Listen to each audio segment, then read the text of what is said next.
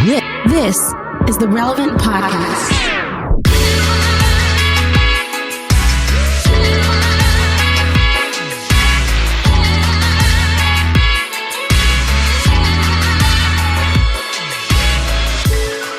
It's the week of May 22nd, 2020, and it's the Relevant Podcast. I'm your host, Cameron Strang, and joining me from Loverland, Virginia, is Jesse Carey. Hello, hello. From Austin, Texas, author and podcaster Jamie Ivey. Hey, guys. And from Nashville, Tennessee, artist and producer Derek Miner. What up, though? We have a great show in store for you today. Coming up later, we are joined by Chelsea and Judah Smith. They are pastors of Churchome out there on the West Coast. And also the first female artist signed to Reach Records, Wande, is joining us. Very cool. We'll be hearing some of her debut album. I love Wande. She's amazing. And it is a special graduate edition of the Relevant Podcast Day. We know a lot of you are graduating, and since you aren't going to get the chance to walk across a stage or party with your friends, we decided we would shine a special light on the graduates on today's episode. So we have a couple things planned you won't want to miss. And Cameron, I have maybe my first ever threefer slice, because I don't know if you guys been following the news. This was a huge news week for pizza. Pizza's having a big week. I have 3 pizza-related slices that get, no pun intended, I have 3 pizza slices. And each one, there's more toppings on each one. They get crazier and crazier. I honestly can't wait for that. But I'm like on pins and needles because last week you said you were saving something for us. And I had a hot take. Oh, yeah, the hot take. And I barely slept all week. It's still a pretty hot. You know what, Jesse? I don't even have a way to naturally segue into it. Yeah. But here's the deal. We're on quarantine. We're watching a lot of TV. That's and right. A lot of the TV shows that are trying to stay current, like American Idol and whatever, they're having to do remote ones, the morning shows, the news shows, the late night talk shows. They're all doing computers, Skyping from or Zooming from these celebrities' homes. You're having an issue with this. I'm having a huge issue with this. And Clark, I want you to do something in post for me. I didn't give you enough heads up, but I want you, after I set this up, I want you to play a clip for the listeners to prove my point. So I've been watching a lot of TV, and everyone's doing their special quarantine setups, right?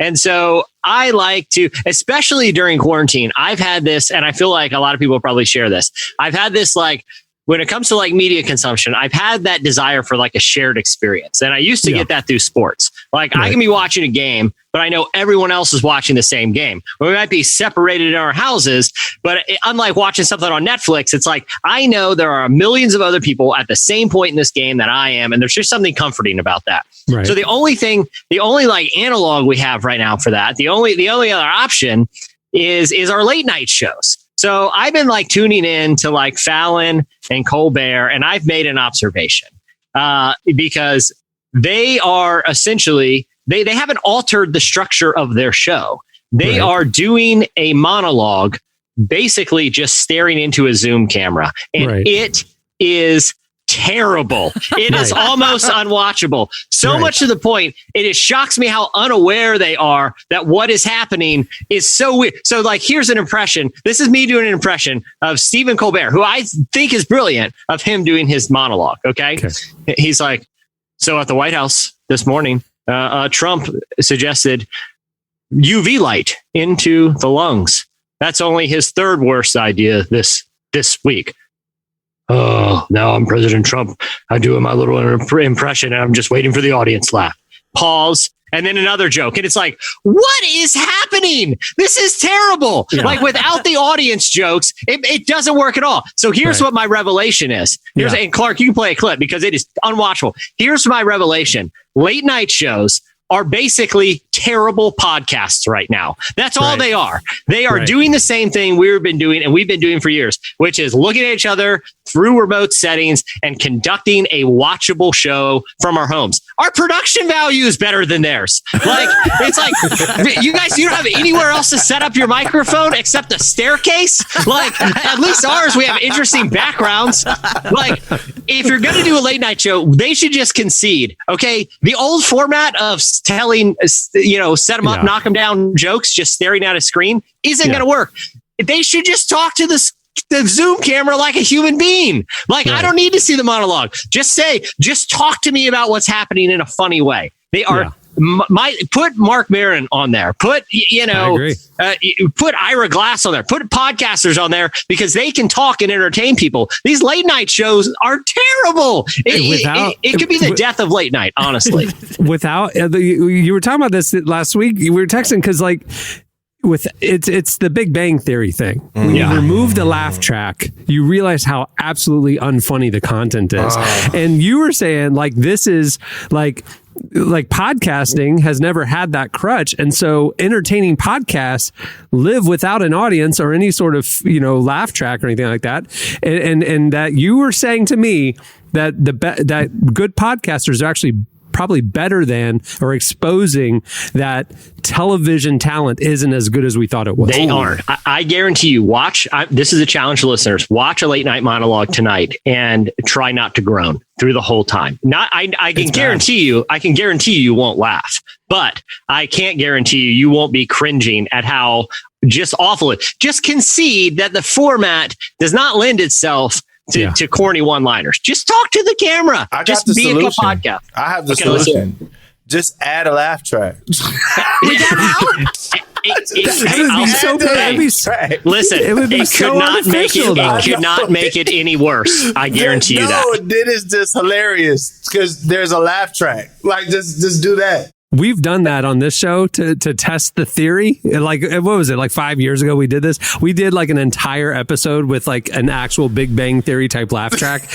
It was so uncomfortable to listen to. It was bad. Well, it was so unnatural. You know what I mean? Like, because we don't sit there and like say in podcasting, we don't say a line, pause, and then say another line, right? So like we were stepping on the laughs the whole time and stuff. It just wasn't good. But Clark, I'm going to send you a link. Just fast forward a little bit into that clip and let him deliver a couple one-liners so they can hear how just painful this is, especially if this was, it's just awful. According to a White House official, Trump removed Inspector General Linick at Pompeo's urging. Coincidentally, the IG was investigating the secretary for using government staffers to run errands like picking up his dry cleaning, making dinner reservations for him and his wife, and walking his dog. Oh, that's so degrading. Not only did the staffer have to walk Pompeo's dog, they also had to walk Trump's dog. It didn't take long for Trump to get asked about firing the IG. Stop! It's the worst podcast in the world. Like, he's pausing for laugh breaks that aren't there. I'm watching this the other night. I'm like, this is awful. Like, someone just please stop it. It's making quarantine even more depressing. Is it the pause that makes it so awkward? Like that stop? Well, here's the thing too. Like, people on podcasts talk like normal human beings, not like some robot reading. You know what he needed? He needs his Ed McMahon. He needs the person that he could be quote unquote talking to that would laugh and respond to him. Or just go off script. Just go off script and be like, hey, you see Trump fired Pompeo today? What was that about? You know what I mean? Like, it'd be more listenable to, and he had to walk Trump's dog. In other news tonight, it's like, this is not working, guys. It's not working. Cameron, I think you made a good point. He's waiting for jokes and nobody's there. Like, if literally if just one person was there to laugh, it would feel more natural and more like a conversation. To me, that's the podcast I enjoy listening to, or where there's a conversation or an ensemble. I'm not a fan as much of the one person talking to the mic and there's no response. I like that interaction part of it. That's what's missing to me. Is like, he just got to be talking to somebody. But then you get in trouble because it's like you're not socially distancing, or maybe Zoom. Maybe they need to do a Zoom. Just thing. Zoom, right? Just Zoom. You're Ed McMahon, whoever that is. Yeah. All right. Well, moving the show along. Thanks for that hot take, Jesse. So, Jesse, you are basically saying that we need to email Mark Burnett and make a case for the fact that he needs to rethink his television strategy and bring on more podcasters who are more talented. It took about 15 seconds for me to listen and be like, this is not working. And man, I really wish there was some outlet where people stare into Zoom cameras and make jokes for hours and hours every single week. Oh, wait. They do, and the production value is way better, and I guarantee you we cost a lot less than The Tonight Show. We're waiting on the call. We're waiting on the call. We're ready. That's it. All right, we'll move the show along. It's time for this week's installment of... It's the hot list. The hot list. It's sizzling. Welcome to the show, our very own Tyler Huckabee, host of Relevant Daily and the generator of most of the content you find at relevantmagazine.com every day. Person who has his finger on the pulse of what's happening at the intersection of faith and culture. Hey, Tyler. Hey, everybody. Does my jingle fit my overall vibe? Because I feel like I'm not the best vibe check. It's hard to do a self vibe check. It's perfect, bro. It's perfect. I wish it did, but I'm not sure. I don't know that I have quite the sizzling. I don't know if I have that much sizzle in my person, but it's a goal. You bring the steak. Others of us bring the sizzle. That's okay. Not all of us can be sizzling. It's interesting. The first story I'm bringing today is interesting. It works as a nice transition from what you were talking about with because it's bad enough with late night show hosts trying to be funny when there's no audience, no one to riff off of, no laughter. And that's hard when you're somebody like Stephen Colbert, who's a funny guy, but it can and is about to get quote unquote a lot worse. Funny guy. So I don't know if you all saw this, but U.S. Senator Ben Sasse from my home state of Nebraska was asked to give a virtual commencement speech for the graduating class of 2020 at Fremont High School, which is his alma mater. He spent this already very strange time, and it's a weird graduation anyway, delivering what amounted to about 7 minutes of cringy stand-up material in which he mocked them for being out of shape, promised to deliver a, quote, reckoning to the, quote, thugs in China, said that high school graduation does not matter and they won't remember this anyway, and went on a lengthy, bizarre riff about how useless psychology is. Hey, listen, hold on. I've got a hot take here too. What? I don't agree with the substance of his comments. Yeah. I'll be honest, I laughed more than I did with Colbert. I'm just saying, I don't agree. Listen, comedy's not safe, and I don't have to agree with his jokes. But I was like, I know people are hating on him, and he got a lot of hate. But I just sat through 20 minutes of Colbert that made me, want to pound for pound. So 7 minutes, pound for pound in this format, this is a hard format. You're delivering stand up to no one. I get it. It's hard. He doesn't have. Well, we'll get to the clips. We'll get to the clips, and you all can be the judge. I want to read a little bit. I want to give you a little background here. Sasse has spent years as sort of a rising star of the Republican Party. He could be relied on to trump the value of things like character and commitment and family, even as those values were a little strained during some of the events of the 2016 election. He took a lot of heat from his own party for condemning some of President Trump's rhetoric during the election year, which is definitely commendable. But I've sent Clark just a few. These are short, but I've sent Clark just a few clips, and we'll let you all see. This is your high school. Put yourself. You're 18 years old. Fremont has a bad outbreak of COVID-19, so things are a little shaky. Small town in Nebraska, and here's your commencement speech. Here's a few clips from your commencement speech. Congratulations, graduates. This is a big moment. Not on graduating high school, but on making the journey down the stairs from your bedroom to the living room and putting on something slightly more formal than sweatpants. Your grandparents are proud of you. We're all proud of you. It took a lot of effort. We want to recognize your sacrifice. Oh my gosh. Congratulations, parents, teachers, and coaches. Not that there's really any meaningful distinction among those categories anymore at this point. If you're a parent, you're a teacher. Thanks a lot, China. Oh my gosh. Yeah. You can't say that. Had to give that little. Had to slip the knife in. That's what I'm saying. It's edgy. It's edgy, and I don't agree with it. I'm just saying his delivery to Colbert's works better. That's all I'm saying. Because he wasn't waiting for the laugh. Let's keep. Clark, roll that next clip here. Graduates. Adults don't tell you this, but once or twice a week in real world life, someone's going to ask you to climb a giant rope. No reason, just climb the rope. Sure, every now and then the rope is a metaphor, but honestly, most of the time, it's just a big rope, and you have to climb it. If you don't get that joke, talk to your mom and dad. Back in the day when we were a lot fitter than you people are, we used to have to climb ropes all the way up to the ceiling of the gym all the time. Is anyone following that seemed like what is he doing? I got uncomfortable. I'm not even going to lie. Jesse, are you going to defend that one too? Are you? Hey, I set a trap for you, Jesse. Walk right into it. Okay, here's my challenge. Okay, I want to get like the funniest comedian. I'm on camera, just standing there delivering jokes and see if it works. I'm not trying to defend Ben Sass or Stephen Colbert, but what I'm saying is like it's not working. The material is irrelevant. It is too uncomfortable to see someone stare at a camera and read terrible pre-scripted jokes. It just doesn't work. Here, let's roll this now. These are short. We're down. We got one or two more. I know I'm not supposed to say this, but you're not missing out on that much because honestly, nobody, and by nobody, I mean nobody, remembers anything about their high school graduation. In fact, a lot of us spend a lot of our lives trying to forget as much about high school as we possibly can. You know what I mean? You remember sophomore year. You don't want those memories to be defining for you. Oh my gosh. Optimistic. They're 18. They got their whole life in front of them. They think they've accomplished something, and this guy's just coming in there chopping them down. Tough talk. Hey, snowflakes. Comedy ain't safe. Sorry, go ahead, Jamie. But you know what? You said, Jesse, you don't agree, but it's funny. But I'm like, do you remember your high school graduation? I don't. No, I'm not saying he's not speaking truth. It's just why are you trying to dash their dreams? Yeah, listen.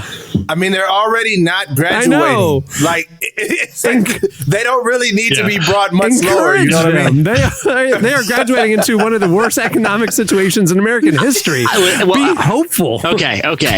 In fairness, listen, I thought my gym rope material was good. I mean, he's workshopping here. Okay. he's workshopping the gym rope material. Okay. I mean, it's not easy. It's not easy. He threw in there. Did you notice he threw in there with the gym rope? He was like, back when your parents and I were way fitter than you are. What's that about? Like, it's like, boy, he used to say like this generation's all fat and lazy. Not my fault the gyms are closed. Sass. Yeah, right. That wasn't my idea. Let's do one more. And I don't want to stress. This is the commencement. I'm not cherry picking just the land and not the corner there's no turning the corner. So, but I do want to play one. No. Wait. So you're saying there's not a point where he goes like, okay, joking we've had aside, some fun, but now let me talk. Let me talk to you for real. He never does that. This is the extent of the commencement speech, and I do want to. This one caught a lot of attention, including some very angry letters to the Lincoln Journal-Star, which was the first paper that ever employed me. It was where I got my start. Clark, let's roll this last clip here. In fact, 95% of all gainfully employed psychologists, and I'm serious, there are dozens of them that are gainfully employed, their job is really just to help people forget high school. And the other 5%, they just research hamsters who got lost in mazes, which, come to think of it, is a lot like high school, and that's why we want to forget it. Those hamsters also need their own psychologists now. Here's what I'm trying to say. There will always be money to be made in psychology. No, that's a joke. Do not. If you're headed to college, do not major in psychology. So how does he end the whole speech? Does he just shut the laptop like it's like proverbial microphone? Like, wow.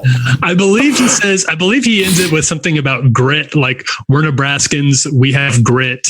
And I believe the last line is, make us proud, which is, I guess that's your pull out of a tailspin moment. Yes. So he just closed the laptop then. That's what he did. He just went ahead and closed the laptop. 34 minutes. And then he says, be better than me. I've never done stand-up comedy that's ended well. And so I have empathy for this. Okay.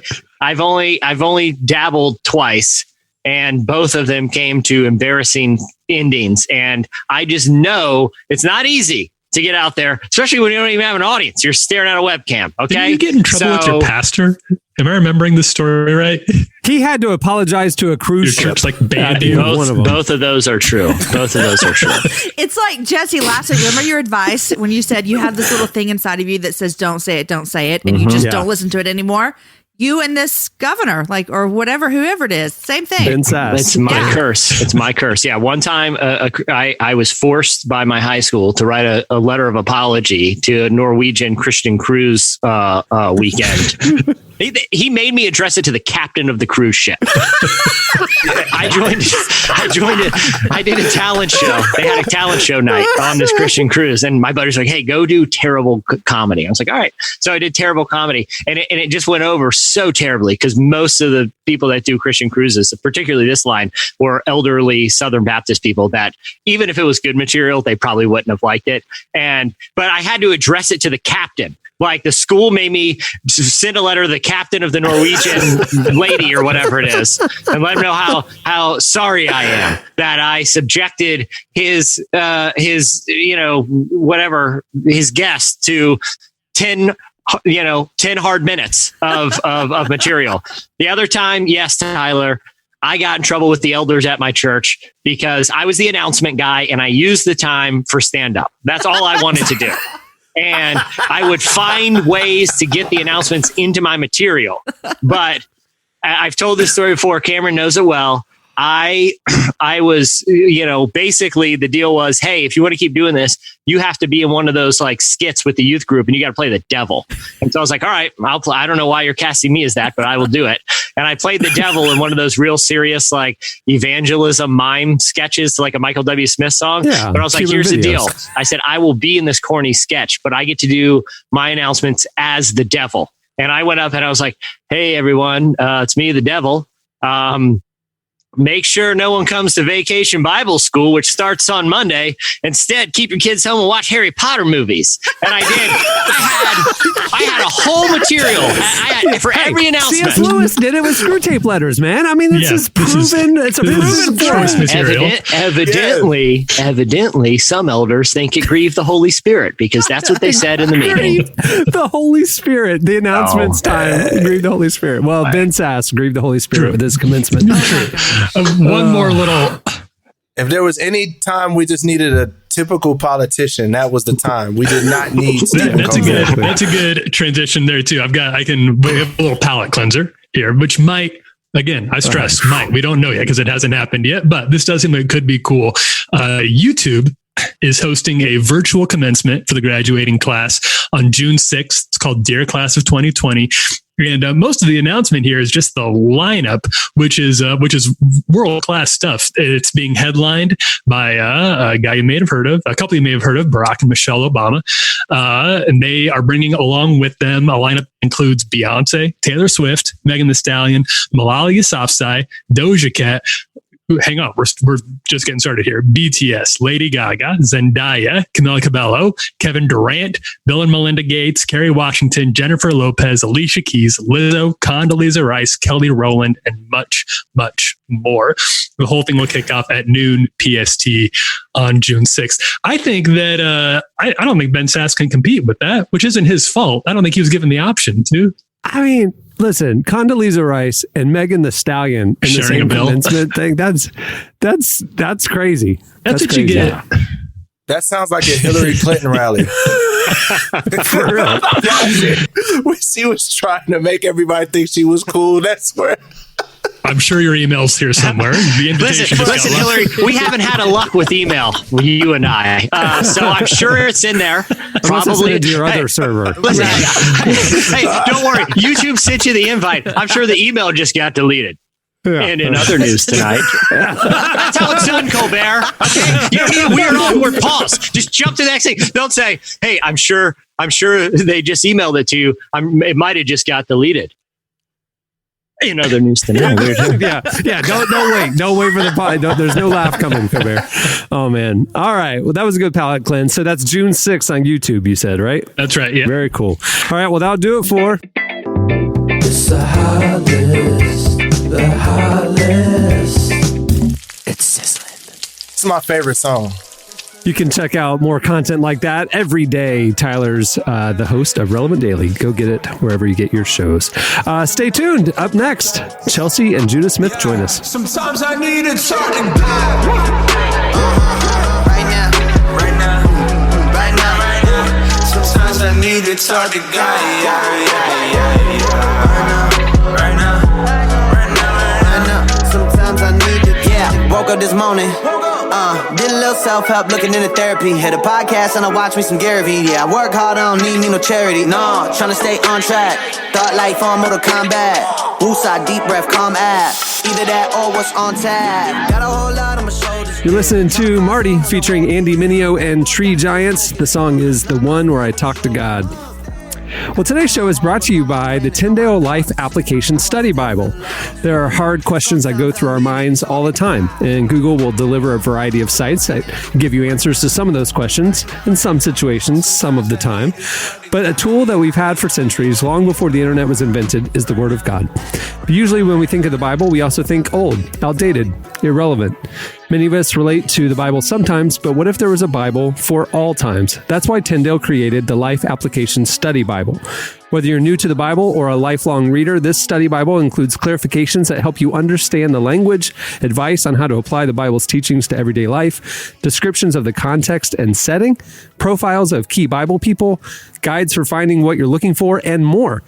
That's what makes it a Bible for all times and the best-selling study Bible in the world. You can find the Tyndale Life Application Study Bible wherever you get books. Well, Judah and Chelsea Smith are the lead pastors of Churchome. They raised eyebrows in 2018 when they announced that Churchome would digitize the church experience. But given the social distancing guidelines brought on by the pandemic, they now look like accidental pioneers of our new normal. Our very own Tyler Huckabee talked to them about what they've learned about online church, why they think the old normal is gone for good, and what they're praying for the future of the church in America. Here's part of our conversation with Chelsea and Judah Smith.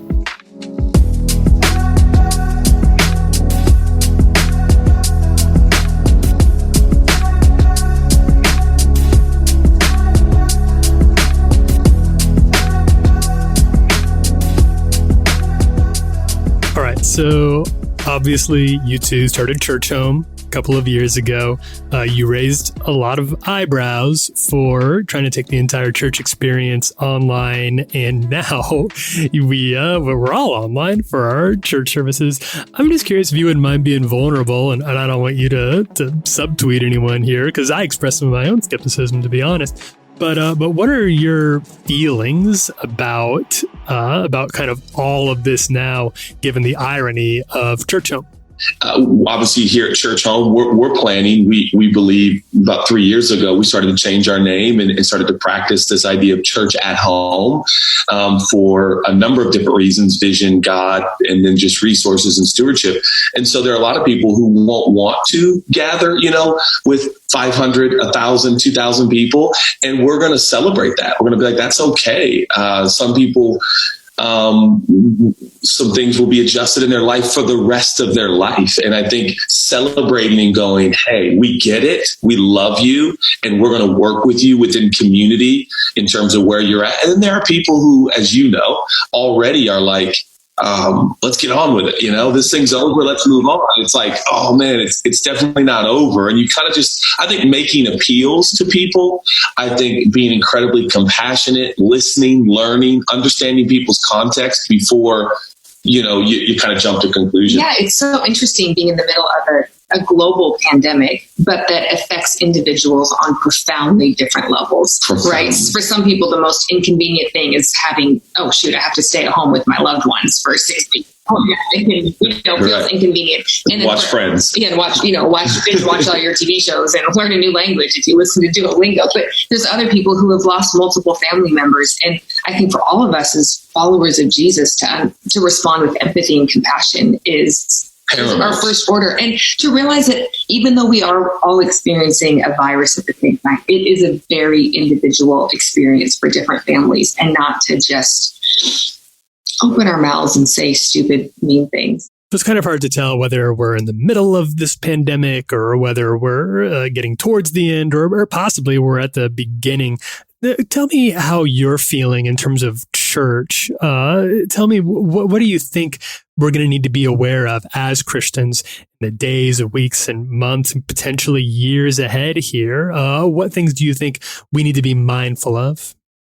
Yeah, it's been a really interesting emotion. I think both Chelsea and I no way, no how, no possible scenario did I think that church at home would be mandatory. Even the name Churchome, 1H, one word, like I remember our board just being like, I don't know. And I'm like, I know City Church is such a good name, but I just feel like our future is church at home. And so in that regard, it's pretty easy to be like, listen, I had no idea. I will say it's definitely added some confidence to some of our key leaders in our church, to be honest, just speaking candidly, kind of like, wow, maybe you're kind of hearing a little bit from God to an extent, and I'm like, I think it's added confidence in us, in ourselves too. Yeah. I'm so proud of Judah because he hasn't gloated and he could have, and good job. Now is, more than ever, would never be time for that. You hear people talk a lot about the new normal, and I think that we're still in such a transitional time that it's hard to know whether or not this is the new normal or whether the new normal is still coming. But for you, just looking ahead into the future for your own church, for Churchome, what do you think the lasting legacy of this pandemic season is going to be, just as far as you can see right now? The likelihood of 2,200 people gathering within the next year is absolutely not going to happen. So we're at a place now where the reality is we won't have a massive gathering, or I should say it's not massive, a full large gathering for quite some time now. And it's definitely put an impetus on, okay, this church at home, this is our vision. And we believe that actually people can connect on a level that frankly could very well be deeper and richer and fuller. And so we're planning right now, we're probably functioning right now as if that would never happen again, although it will.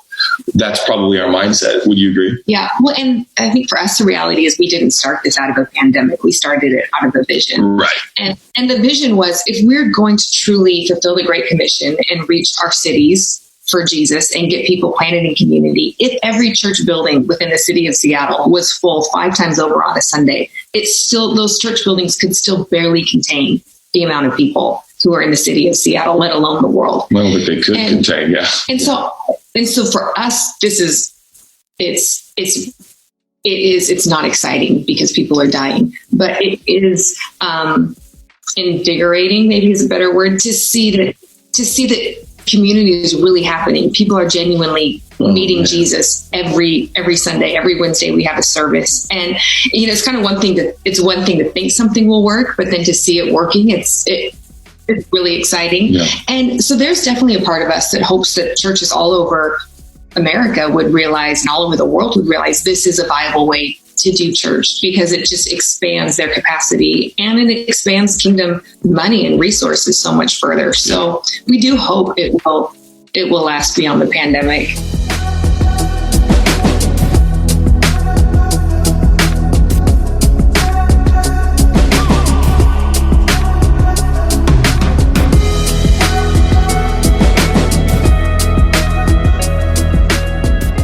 That was Chelsea and Judah Smith. You can check out more of that conversation over at relevantmagazine.com. My heart just dropped,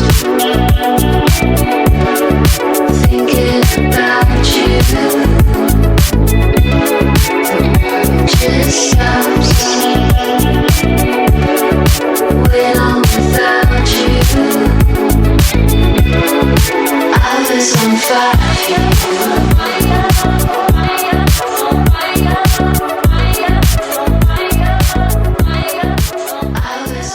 You're listening to Cannons. The song is Fire for You. Well, today's show is also brought to you by BetterHelp. What interferes with your happiness? Is something preventing you from achieving your goals?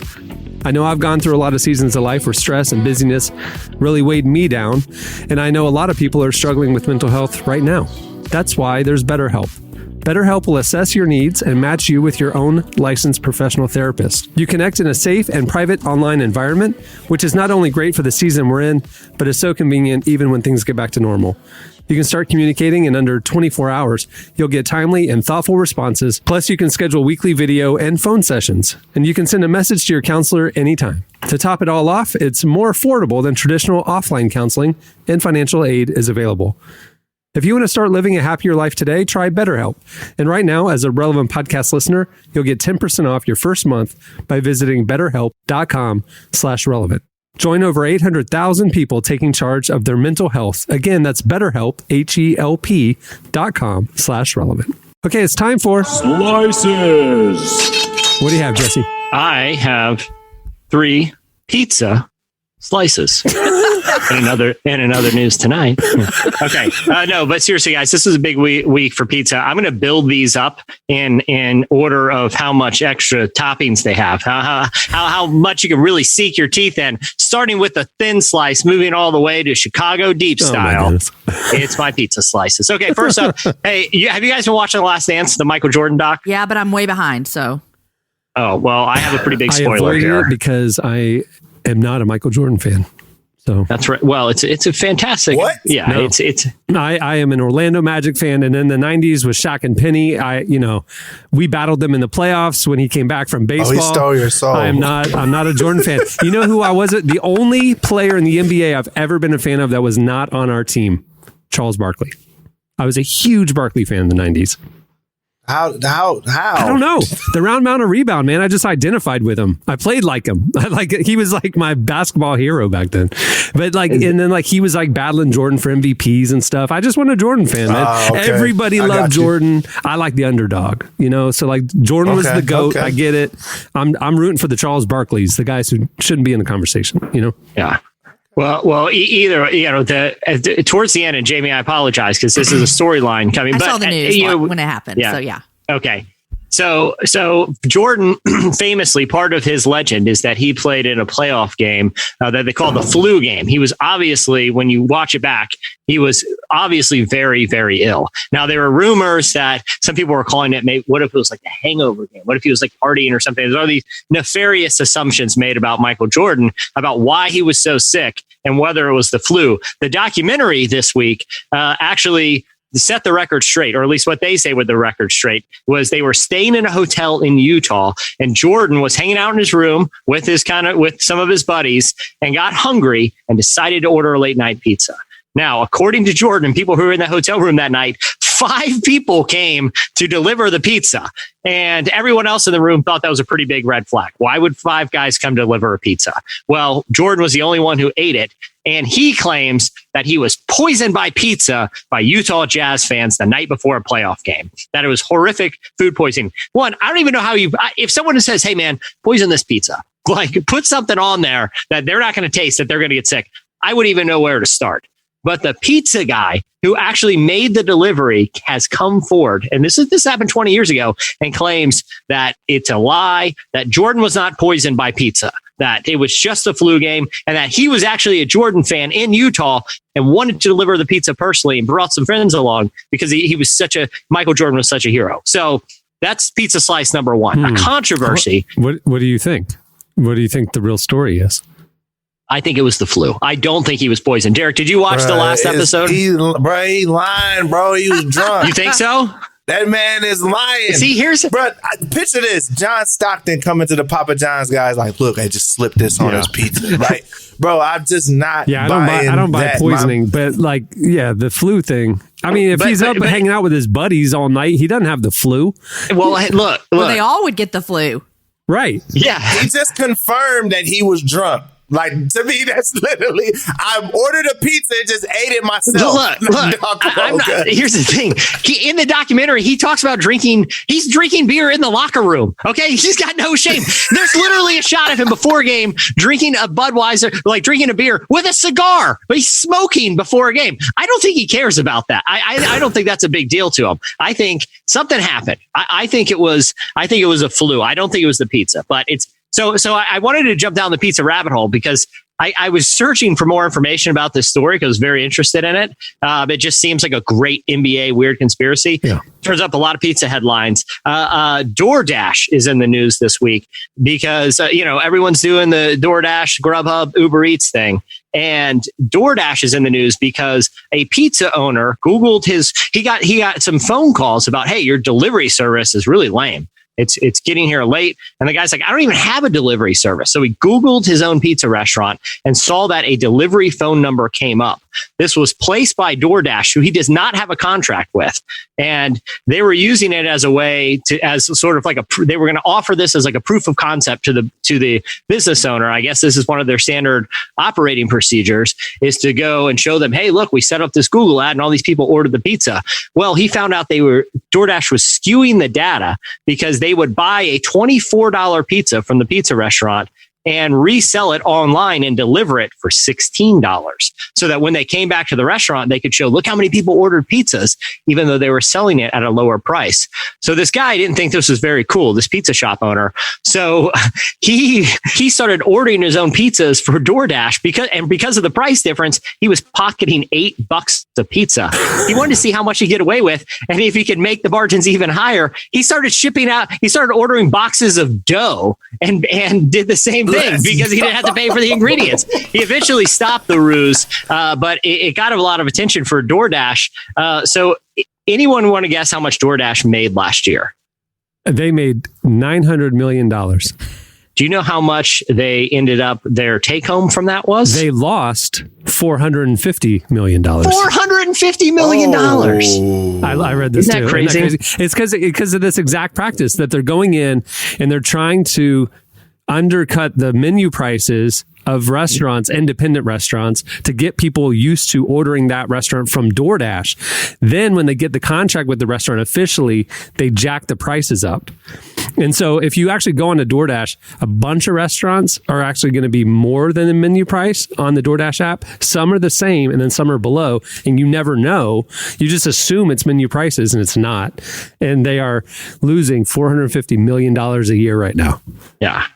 Yeah, I have a friend who has a restaurant here in Nashville. He hates DoorDash. He said he doesn't even put his stuff on there, but they create profiles and all of that, and then they just show up.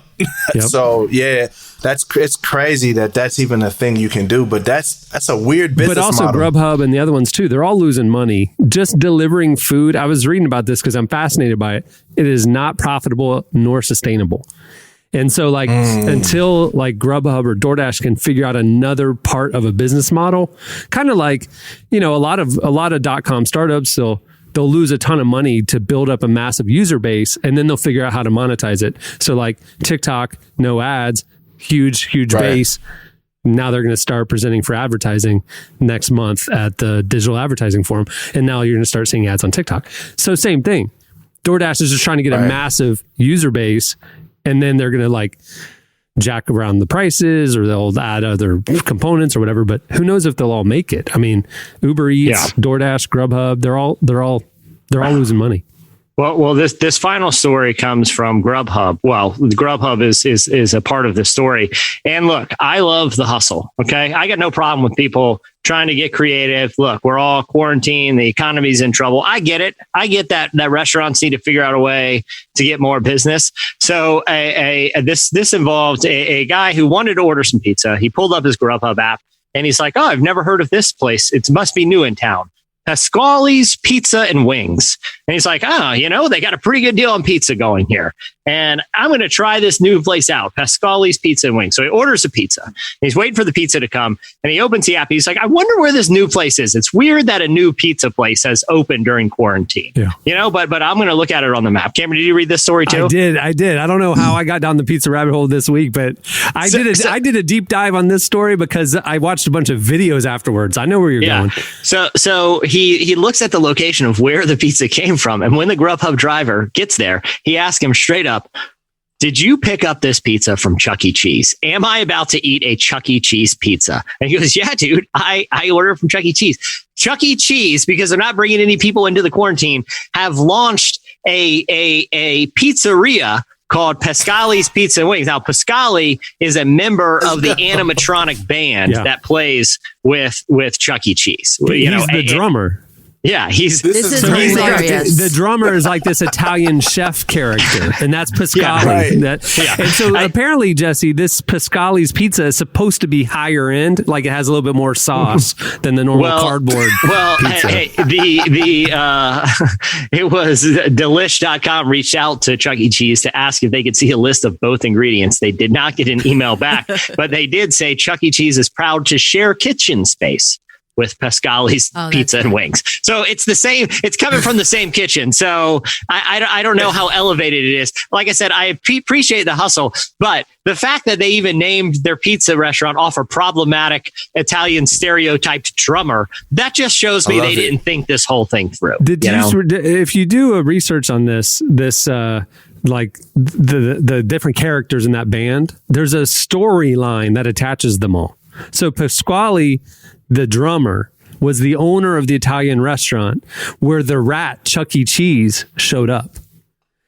And so like there's apparently like a relationship there, kind of like Ratatouille back in the day, and so it's like, there's a whole relationship there. And like Chuck E. Cheese took over Showbiz Pizza. Do you remember Showbiz Pizzas from the 80s and 90s? Yeah. And so Showbiz bought Chuck E. Cheese, and then in 92 they renamed the entire chain Chuck E. Cheese, and so they had to go in and take all these Showbiz Pizzas bands, because the Chuck E. Cheese franchises never had a band. They never had the animatronic band. All the Showbiz did. So they had to take Chuck E. Cheese characters and put them on the Showbiz Pizza like animatronics and stuff.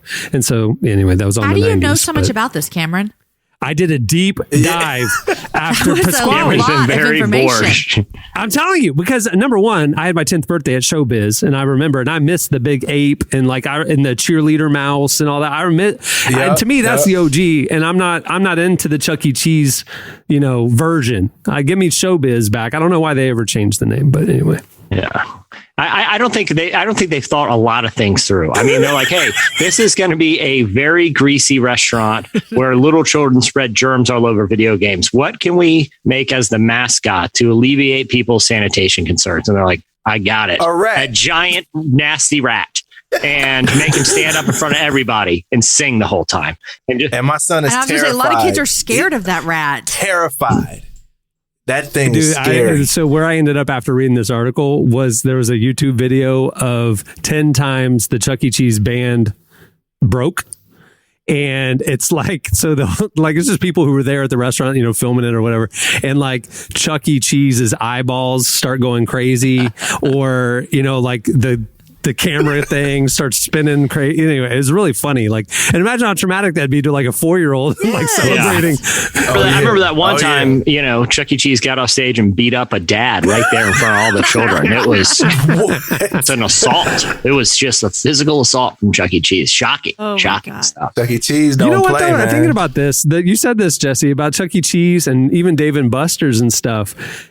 After this quarantine, after this pandemic, I mean, even after there's a vaccine, people will, I feel like we're at a 911 moment. Like after 9/11, travel forever changed. You can't go to the gates anymore. Security is a real thing. It just changed. And that's just like our new normal. And we adapted. I feel like after this season, we're all going to be so germ conscious that we're going to be, maybe we won't need to be 6 feet away from each other forever and things like that. We won't be wearing masks forever, but social distancing will forever be in our minds, I think. Yeah. So you're going to Dave and Buster's, and it's a tight quarters, and there's a lot of video games, and a lot of greasy hands are all over the video games, or you're going to Chuck E. Cheese. I just don't see that being a successful business in the future. The other thing with Dave and Buster's, they're like, all right, we got to make our menu here. Remember, people are running around touching things with their bare hands that 1,000 children have had their hands on. Yeah. What should we do for menu items? They're like, well, whatever it is, make sure every item is only consumable with your bare hands. Yeah. So it's like pizza, potato sliders, tacos, nothing that's even possible to eat with the silverware. And it's like, you might as well just go lick the golden tea little spinning ball, because that's what you're doing. Everyone's going to carry wipes with them everywhere now. We're going to all have wipes, and everywhere we go, we're going to wipe down everything.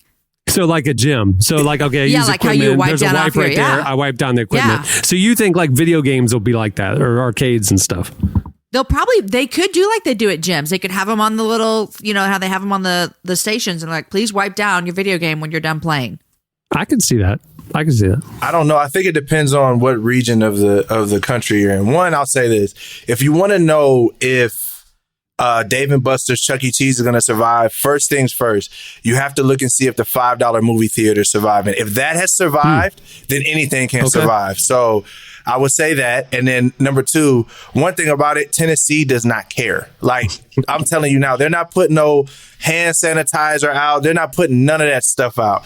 You're going to get sick, and that's going to be that on that. So I don't think, I personally, I somewhat feel like there'll be things that change. But one thing I feel about humans is if something is really, really inconvenient, then they'll just go back to what they've always known. And I just think... Yeah, but TSA, that's inconvenient. Everybody complains about it, but we get it. We want to be safe. And so we'll complain, but we don't want it to go away. We want to have security, so we have peace of mind. Yeah, but we still got people protesting like hoaxes, and they're like, this is a hoax. Like Tennessee is hoax. Like Tennessee's like, let's get this money. I don't really care. This is fake. It's something cooked up. Like I literally had somebody in the studio, and that's exactly what the person said. 1.5 million people in the U.S. have it right now, and 90,000 people have died. That is not a hoax. Yeah, people do. I'm telling you, man. There's something about people feeling like it's almost like if it's not co-signed by whatever echo chamber they listen to, then they're not gonna take it serious. Like that's kind of the thing. You literally have two opposing thoughts, and it's really not over science per se. It's really mostly over politics. So I just feel like in certain areas of the country, you're going to see all the hand sanitizer you can see. But in other areas of the country, people are just going to be like, hey, just, wipe your hands on the back of your jeans. You'll be all right. I mean, here's the canary in the coal mine. Okay, this is the canary in the coal mine for America. As soon as bowling alleys start opening up, we're in trouble. Okay, going to the bowling alley is predicated on putting on someone else's shoes and jamming your fingers into holes that you have no idea whose fingers have been in there. All you know is a lot of other fingers have been in there. You open the door to a bowling alley. Have you guys been to a bowling alley recently? Yeah. You open the door and you're hit with like this kind of fog. Yeah. And you're like, it's kind of a mix of cigarette smoke and visible germs in the air that are just kind of floating around. You literally want to change clothes when you get home. You're like, I need on new clothes after that. Yeah. I mean, they at least spray the shoes with Lysol. So, I mean, that's one thing. Supposedly. But what was the last time they've cleaned out the holes of the bowling ball? Yeah. Like I said, this will tell us whether, how we're going to tackle this pandemic. I've literally seen friends that I'm bowling with, before they pick up the ball, they'll lick their fingers. So they have a little bit extra grip. Just a little extra grip. That anymore. You know where you can go to be safe right now, though, you guys? Costco. Costco is not playing around. They are not playing around. You got to wear a mask. And I'm like, look at you. You don't even care. I love it. Have you seen the fights over that? Yes. People fighting, they're like, yo, you got to put a mask on. I ain't putting no mask on. Like, and Costco's like, cool, you can't shop here. The one guy this week, he went viral. He was like filming it. He was like, when I checked, I woke up in a free country. And the worker said, thank you very much. You're not welcome in our store, and took his card away. Yep. And like, it's like, oh, man. Hey, here's why. Look, if Costco customers are complaining about a mask, I've been to bowling alleys where the shirt policy seems a little loose. So if they're not even putting on shirts, man, we're in trouble. We're in trouble, guys. I ordered reusable masks this week, and I have a collection in the cars, so it's like when we go in somewhere, we'll have an option in the glove box to grab something. So I'm not a mask fan, but playing along for the greater good. I mean, that's the thing, is like, this isn't about, even if you're not worried about your own health, like you could be transmitting stuff to other people. And if you care about, and I'm going to go biblical here, if we care about others, we should take precautions for others' sake, not our own. It ain't about laws and liberals or conservatives. This is about caring for the vulnerable in our population, the elderly, or people with, immune diseases or something like that. Like, why do you want to be lawless? I mean, this is crazy. You stop at a red light, don't you? You have a driver's license. You have car insurance. I mean, like, there's things that you do that you are doing to protect others and being a member of society. And like, I don't understand why we can't just adapt to this situation. Like, why people are doing this. Yeah, I feel like it's a social experiment almost. Like I saw a politician say that they were okay with dying in the coronavirus as long as they can get the economy back running for their grandkids. And I'm thinking to myself, like, I think your grandkids want you more than they want a trust fund. You know what I'm saying? So I don't know, man. To me, this is a crazy time, man. But I hope that we can get to a happy medium. But I think the only way that's going to happen is if the leadership of the country gets on the same page. Because then there's a message that everyone can get behind, you know. But they're so extreme on both sides that it just feels like the country's kind of divided in the same way too. My gut a month ago when the government was unified that we have to do something, you know, to take care of our citizens and all that stuff. I was like, this is a short window because there's gonna be a lot of people that, whether it be they lost their job or they have economic uncertainty, you know, they're going to get antsy real quick, you know, and then people who are just stir crazy at home. I mean, we have families and homes, but I mean, imagine if you were a single person in New York in a studio apartment. I mean, you're just like stir crazy. I just feel like society was going to want to get back to normal quicker than would be the, maybe the scientific community would advise, right? And then that's going to create a tension and a split in America of the people saying, I want to get back to normal, and the people saying, but we're not ready yet. And that's where we're starting to step into. And the question is going to be about, if we're waiting for a vaccine, I mean, that's a year, you know, end of the year at the earliest, and then probably more like a year from now.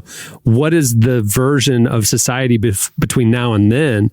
And then, man, on Instagram this past week, Relevant posted an article that Jesse authored talking about how statistically Christian millennials are more susceptible to propaganda and conspiracy theories than other populations. You would think it was like your crazy uncle on Facebook, but it's actually young Christians that are more likely to believe stuff that's unproven. We posted this thing, and normally our Instagram comments are nice and friendly. But some crazy person must have posted this somewhere, and they came out. It was nuts.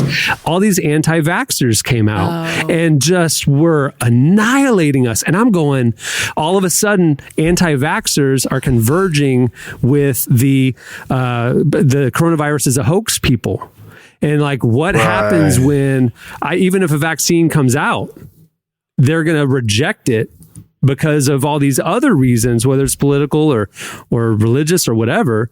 Like, there is not a thing where America agrees on how to move forward. You know, like, that's what I'm saying is like, there's some very hard lines being drawn right now. And we're just at the beginning of it. I'm willing to do my part. And that's not just throwing my thoughts out there for discourse on Instagram and having people literally call me a communist. Okay. I can make those sacrifices. The real test will be when I go to the bowling alley next time. Between shots, I like to use the little holes as French fry holders. And now it'd be pretty inconvenient if I got to eat them out of that little paper tray when I usually like to put them, jam them in the holes, and just use my mouth to pull them out between shots. Yeah, that's going to be the last time I checked. I'm still in a free. Last time I checked, just a free country, guys. So I just threw up in my mouth a little bit. I'm not even gonna lie.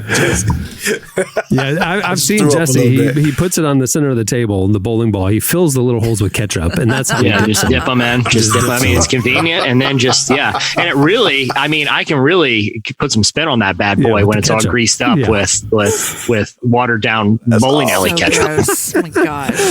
Watered down bowling alley catsup. Yeah, it's a dream. I mean, it glides right down there. All right, what do you have, Jamie? All right, this kind of goes straight into what we've been talking about. So there's this article out that says 2/3 of U.S. Christians believe COVID-19 is a message from God. I gave you a moment for the laugh track. 2/3 Christian believe coronavirus is a message from God. In other news. So there's this poll that just came out and from the University of Chicago Divinity School, and it says that 1/3 of American Christians feel strongly that God is using COVID-19 to tell the public that they need to change. And roughly the same number feel the same thing somewhat. So there's like feel strongly and then somewhat. So we've got 2/3 of Americans Christians who fall into feel strongly or somewhat. Said the study said that evangelicals were the most likely to say they believe the pandemic is a sign from God, with a full 43% agreeing compared to just 28% of Catholics and mainline Protestants. Black Christians were also more likely to say they see COVID-19 as God's way of telling humanity that it's time to change, with 47% agreeing, compared to 37% of Latino and 27% of white Americans. So this is a big thing. You know, the Guardian spoke to someone, a professor of religious studies at Yale, and they said that she attributed the number to Christians feeling fear that if we don't change, this misery will continue. So, and over half of American Christians are confident that God will protect them from the virus, with 55% saying that they feel that they trust God to keep them safe. So a lot of American Christians are saying that they believe that COVID-19 is God saying, hey, you need to change, I guess, or else. I don't know what the or else is, but. How do you feel about that? Because like my thought is like, did God do this, you know, or on the other side, my mindset is more, what can we learn from this? You know, it's like, I don't know that God caused it, or, you know, obviously he's sovereign. We believe he's sovereign. Everything that happens, he allows, or, you know, he's in control. He's still in control. But in fairness, it's not, I mean, again, I don't really have too much of an opinion on it, but in fairness, it wouldn't be out of character for God. I mean, he literally sent plagues to warn Egypt numerous times. The old covenant, new covenant thing, though, that like, that's not. I mean, he said he's going to, I mean, I'm not saying I believe this, but I think for people who say this is a message from God, there's a biblical precedent for it. I mean, even when Jesus died, you know, like, you know, the Bible talks about what the weather was like, you know what I mean? And how dark it was. It said people literally got out of the grave when he died. The sky became dark in the middle of the day. You know, or, you know, if you look at Revelation, the whole book is predicated on God issuing more and more dramatic signs of to humanity. So I wouldn't say it's outside the nature of God biblically, but is it, you know, does that mean like, oh, well, we shouldn't worry about it. God brought it here. He'll take it away. Or is it kind of like, hey, maybe this is, you know, a global pandemic that started because viruses evolved in God's creation. And, you know, obviously it causes a degree of self-reflection of how we're living our lives and what our social lives and where our priorities are and where our time is. Can God use those observations to reveal things about how we could live differently? I think so, but I don't think, like you guys are saying, I don't know necessarily that he was like, I've got a plan and I'm going to create this virus and, you know, kill all these people so that, you know, people put down their phones and enjoy time with their kids more. You know what I mean? Like, I think the implications are kind of concerning. I think where I land on it is I 100% believe that God is in control of all things. Like, I think that he keeps things moving, that he keeps things working. I think he's sovereign. I think that he's not sitting up wherever he might be, whatever that means, going, well, I didn't see this coming. You know, like that he is a God who allows things to happen. In my belief, that would be for our good and for his glory. Like that somehow it's a mystery. It's like this great mystery that we don't understand. Why do things happen? Why do bad things happen to good people? It's just, we don't get it.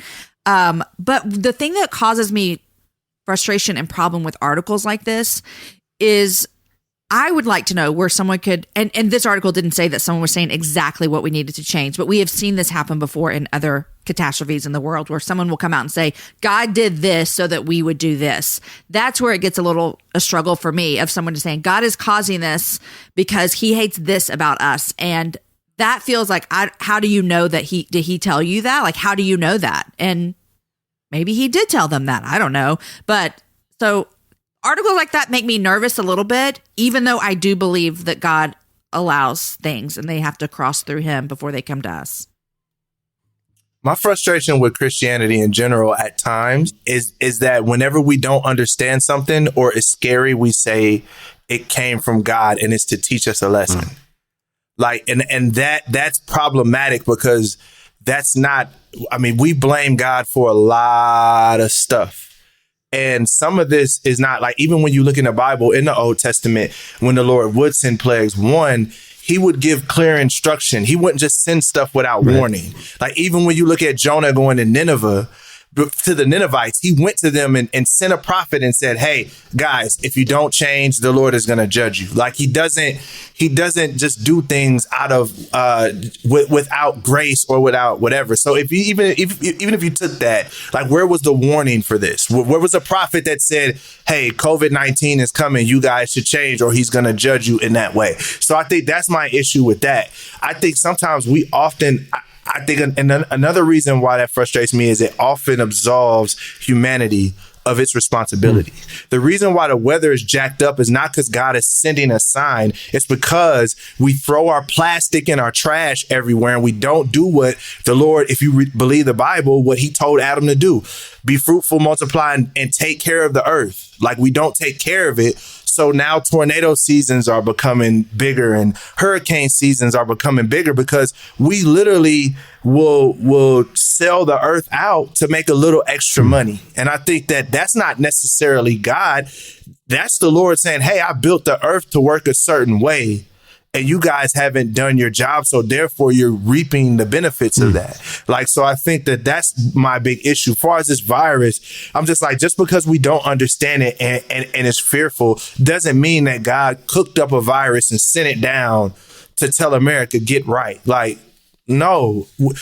We've been saying, everyone knows that we need to get right. People get right whenever they have an experience with the Lord, not because he just sends viruses down and then all of a sudden everyone's going to get saved. I don't see that. I see people being frightened, but I guess that's my frustration. We can't just throw everything we don't understand or that's fearful in a box, and say God did it. Like I think that's and we bad, live in a very broken world where there's viruses and there's diseases, and that's it's part of the fall of humanity. I've just reread the article, and I don't think, unless I'm missing something, that they're specifically saying that Americans need to change, or else. But that is the sentiment sometimes that comes with these. And that frustrates me as well, is when Christians would think that, like, God is just talking to Americans as if we're his, his favorite people in the world. And that really bothers me when Christians see Christianity as like this American thing instead of a worldwide global thing.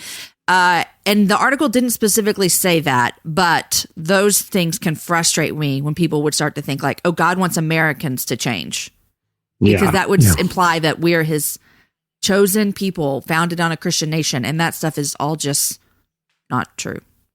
There you go. Right, and I'm also not going to let the media slide on this. They know anytime they need to create some kind of conversation, poll 100 Christians. Poll 100 Christians, and you will be able to create a story. Some sort of story. So I think the way that's also framed doesn't allow for it to be unpacked in a way for people to even see these people's opinion. You know what I mean? Yeah, that's a good point. All right. What do you have, Derek? Well, my guy, Michael B. Jordan, not Michael Jordan from The Last Dance, but Michael B. Jordan is going to be playing Methuselah in a movie about the 969-year-old Bible character, Methuselah. So crazy. Some interesting stuff. The guy who directed Slumdog Millionaire is doing the film, so it's probably going to be amazing. Danny Boyle. It may or may not be about Methuselah from the Bible. They started off trying to do that, and I guess maybe it didn't really work out. So they're like, we may change directions, and it's going to be named Methuselah, but it may be about him or not. We don't know. But Michael B. Jordan is going to play it.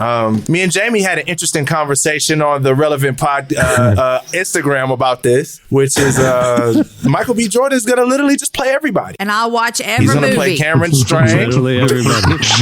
He's going to play Elvis Presley. He's going to play Shrek. He's going to play whoever. I mean, they're just like, yo, give this guy everything. Yeah. He's the new Samuel L. Jackson. When I was posting that image of Michael B. Jordan that night to we were sharing this news that came out on Friday, I was gonna mess it around because, like, when we posted the fact that Nick Cage was going to be Tiger King, I put Nick Cage's face on the Tiger King, right? And I thought so we were gonna. Oh, it'd be funny we could put Michael B. Jordan's face on an old Methuselah looking character. I went into like those face aging apps to try and age it. It did not work out. I just went ahead and I was like, I'm going magazine style with this one. We're just going to run a good looking photo. Michael B. Jordan. I cannot envision him as Methuselah. This is the issue. It's like, I'm going to be honest with you guys. Okay. I've been a Christian a long time, and I've been reading the Bible for as long as I can remember. And right now, if just $1,000 on the table, I couldn't tell you what Methuselah did. I know he was old. I don't know what I don't remember who he knew. I don't remember why we even know about him other than he was old. I couldn't tell you was he a good guy or a bad guy? I don't know. I honestly, I can't remember one thing about Methuselah. Other than he's old. They literally just bring him up in the lineages to talk about Noah's lineage. So the problem is, I think this is going to wind up being like most mainstream Christian films, which is mostly fantasy. Right. Like just like the Noah movie. With the you remember that? Monsters. Yeah. Rock monsters. Monsters. Like what the heck was that? You know what I mean? Like I think because there's not a lot of source material, they're like, guys, we only literally got 3 sentences to make a movie. They can do whatever they want. Yeah, it's gonna be crazy. I just hope the movie isn't long. Oh. In other news tonight. In other news. Yeah. I got the elevator pitch for Methuselah. Ready? He's old. He's old. And they're like, what else? There we go. I mean, I don't know. That's all we know. He's old. I'm in. Right, I haven't played an old guy Sign yet. me up. Let's do it. Yeah. How much are you paying me? Oh, yeah. Sure, why not? Do it. Yeah. Make sure the money's old. Okay, that'll do it for Slices. Stay tuned. Up next, Wande joins us. I just wanna give you everything, show you I'm a southern gentleman. All I wanna do is let you in, but good guys never win. I just wanna be the one you call, anything you need, anything at all. All I wanna do is let you in, but good guys never win. You're listening to Lainey. The song is Good Guys. Wande is the first female artist signed to Reach Records, adding a feminine force to the male-dominated Christian hip-hop powerhouse. The Nigerian-born rapper, singer, dancer, and dynamic performer has toured nationally with label mates Lecrae, Andy Mineo, and more, all within a year of receiving her first recording contract offer from Reach Records, where she had worked as an A&R administrator.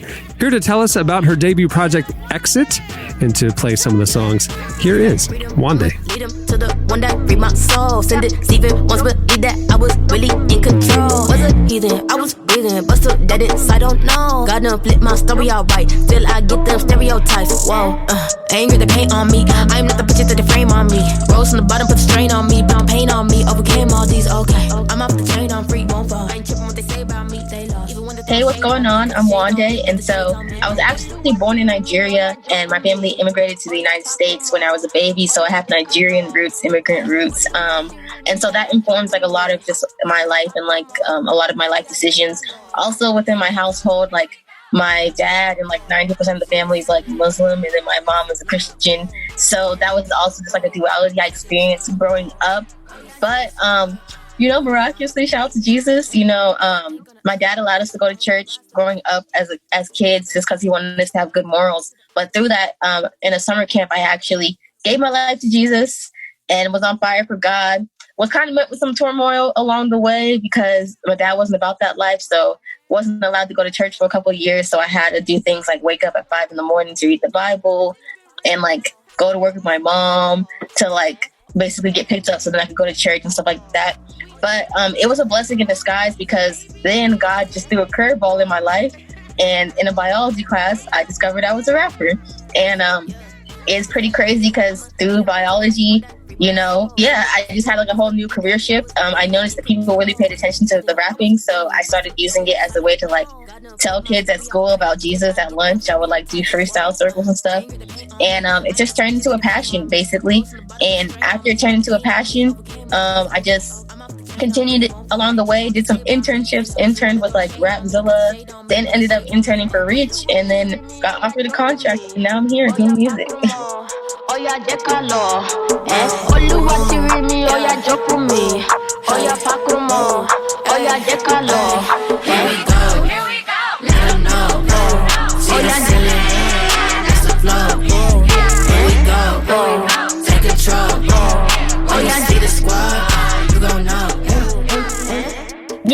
Lecrae and them definitely paved the way. So it helped like a lot of stuff that I may have not had to go through because he had to go through it. So it helps more people be open. But I will say, like, I guess on a personal level, like for instance, like I have a roommate who's now actually going to church with me. But when we first met, she like wanted nothing to do with God and stuff. And so whenever I told her like I was a rapper, I didn't tell her like the Christian part. But then she's like, "Oh, you're rapping about God. Like I don't know if I can listen to this." And but as she got to know me and like we got to do life together, she began to see that like, oh, you know, it doesn't matter. Like you're talking about God, like the music is good and like and stuff like that. So I think some people have like an internal stigma where they feel like they're not holy enough to like listen to it, which is why they feel bad. But yeah, I think just through our lives and stuff, we're able to just welcome people in. I think I definitely try to break down the stigma because I feel like the same thing happens like in life. If you live a life that's like glorifying God, sometimes your friends, if you're like with that first saved crowd, they're like, "Oh, well, I don't know if I can hang out with you anymore because you're trying to do the Jesus thing," you know? And so I think the same thing happens with music. I've been down, tell me what you see, I've been laying low to scope the scene, I've been up, tell me what you see, I've been reaching up because they need like I came down, I ain't stopping, I'm on go. God feel sounds, I'ma hit him with the hope. Gone with the sound, now keep it on the low. I'ma put it in the flow, cause I really got yeah, so it's really beautiful because like songs like Happy and like Be Yourself and Nice Things, like we made those in one day, so it was super natural. Yeah, so it was super great to be able to create that. I love Happy because it's just kind of expressing like, don't let your happiness be conditional on the things you have or be conditional on your environment, because I think a lot of times we confuse our emotions with just our eternal state. And so your emotions, you know, they can be fleeting, they can be deceiving. Like you can be sad and we can be honest with ourselves and be like, okay, I'm sad, this situation sucks. Just like Corona, you can be like, I'm honest, like I'm sad, I can't go outside. A lot of people lost their jobs, stuff like that. But at the same time, you don't have to let that affect your soul and be like, well, I'm just going to be depressed now, because at the same time, like the Lord is our provider. And so realizing that we need to find our true happiness and joy in Him. So that way we are almost like a thermostat and dictate our surroundings versus letting our surroundings dictate us. Yeah, something inside, yeah, the enemy. Long as the lips set free. I've been turned down, I got all this pain. Feel like I'm lost in chains. Hurt so badly. I just wanna be so happy. Lord, I need you, please come grab me. Cause I just wanna be Hey, yeah, I wanna be That was Wande. Make sure to check out her debut album, Exit. It's out now.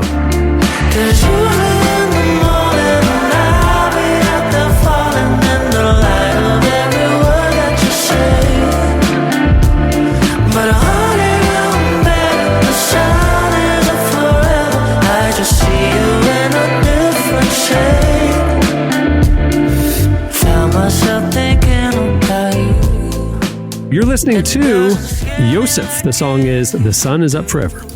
Okay, like we said, it's a special episode for you graduates. Since you don't get the chance to, walk across the stage and have everybody clap for you and all that kind of stuff, we thought we would shine a little light on you, make you feel a little special here on the show. We went on to Twitter this past week and asked you guys, if you're a graduating senior, if you had any questions for the Relevant Podcast cast. You guys hit us up, and here's a few of the ones that came in. Greg Varney, who's graduating from Appalachian State University, he said, I'm a communications major, graduating into pretty much the worst job market in American history. Assuming I won't be able to find a normal employment, do you have any suggestions for creative ways I can make some money? I got it. Okay. Stripping. Greg, bro, this is your season. This is your time. I did not see that one coming. Stripping is it. Like you literally, like this is the time. You can film yourself doing it. I know it. Derek, you've thought about this too much. Yeah, but listen, no. Think about this. All you have to do literally is go to Lowe's and get some paint strip down walls and get them ready for people to paint. Okay, we got it. That's literally everyone's still. It's a Chip and Joe reference thing, guys. Come on. I'm just saying, man. Like people need their walls stripped, bro. You got this, Greg. Greg, I, if I were you, I'd look at getting in the franchise, specifically a hot new restaurant chain called Pasquelli's Pizza and Wings. They're popping up everywhere. I mean, it's seemingly overnight. They're in every town in America. I don't know how they're doing, but you got to get on that gravy train, friend. Oh my gosh! I was thinking you could look up some late night TV shows, talk about writing some new monologues for them. You know, communication major. There you go, Greg. Yeah. There you go. They seem very desperate. Wes Grady is graduating from Ohio State. What do they call it? The Hawkeyes? OHIO. The Ohio State University. That's it. I was thinking of the U. And I was like, that's Miami. I'm having a virtual graduation, Wes says, and no party. Any ideas for still making graduation something epic? Yes. Cancel the virtual graduation because that sounds super. Sorry, Grady. Staring at a Zoom screen. We've already seen the cautionary tale of Ben Sass. I guarantee you, if you just cancel this virtual party, skip it. No one's wanting to really go to the virtual thing. It's kind of an obligation. Literally anything you do other than sitting in front of a Zoom screen will probably be better than that. So that's my. Yeah, I was going to say, just make sure you invite Ben Sass, whatever you do. Whatever you do, make sure you invite him. Jamie, how would you help Wes here? I feel like I feel so sorry for all these graduates because when he says any ideas for making it epic, no, there's no ideas for making it epic. Like, I feel so sorry because it's such a hard time to make something epic. I'm not trying to be Debbie Downer. I'm just saying, I don't know, maybe do something epic in September. Hey, Wes, there's a global pandemic happening right now, right? I just want to make sure. Maybe this isn't the time. I just want to make sure you're following the news. I feel so sorry for them. Lindsay Robertson's graduating from Liberty University. She says, I'm a journalism major, thinking that it might be better to just go to grad school and wait a couple years to enter the job market. Thoughts? I mean, I'll as someone who has a journalism degree and has been in this field a long time, I would not recommend grad school. I mean, I've read a lot of resumes for journalists and have been able to hire a lot. Grad school wasn't really. Ever. I would rather see clippings. I'd rather see a portfolio. You know what I mean? If you're a good writer, I don't. If you graduate with no experience but a master's in journalism, you don't have the experience for an entry-level job, but you're too educated for an entry-level job in media. Yeah, that's good. And like Jesse said, it's all about clips. It's about experience. It's about getting an internship, writing for free, just getting your name published. Yeah, that's the most important thing for journalism. Spend those 2 years hustling. Yeah, that's what I would do. That would be my advice. Instead of spending the money on grad school, spend a couple of years hustling, taking every assignment you can. Yeah, well, but she, what she's up against in the last 2 months, 30,000 journalism jobs have been lost. So she's going up. It's daunting. Sorry, Lindsay. Okay, last question. Christina Rush is graduating from Biola University. She says, I'm an education grad and don't start my job till the fall. Oh, she's got a job. Good for her. I have a summer free. Any suggestions for making it one to remember? You're going to be watching a lot of Netflix. So you checked out Tiger King now. I don't know how to make it one to remember. One to remember in a global pandemic. That's true. We're all going to remember this summer. It's like, we're going to remember the summer of 2020 when we couldn't do anything. So I feel like it's so bad for all these people. Like, they're just going to have Zoom parties for the whole summer. They're going to have Zoom watch parties. What is that? Don't you love those, Jesse, where you like sit and watch, Netflix has parties. You can watch a movie at the same time and talk to each other. Yeah. Yeah. Or I could just close my laptop and not be uncomfortable the whole time. Oh man. All right. Well, thanks everybody for sending in your questions, and congratulations to the graduates of 2020. Man, treat yourself to a fine Pasquelli's Chuck E. Cheese pizza tonight. All right. Thank you to Chelsea and Judah Smith for joining us. Make sure to check out their ministry. You can find it on the Churchome app, wherever you get your apps. And also follow them on Instagram. They're doing some great content right now, especially during the quarantine. Also, thanks to Wande for joining us. You can check out her debut album, Exit, wherever you get your music. Well, on that note, we will wrap things up. I'm Cameron Strang. I'm Jesse Carey. I'm Jamie Ivey. And I'm Derek Miner. We will see you next Friday. Have a great week, everyone.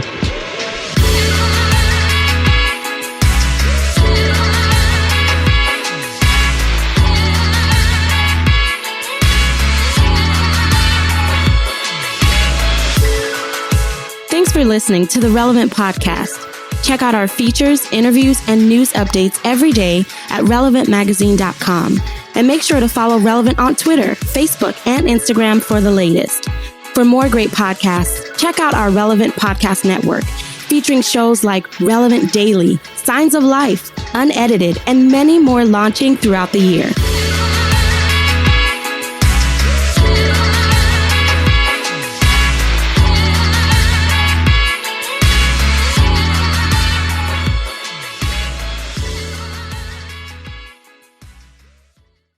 Hey, snowflakes, comedy ain't safe.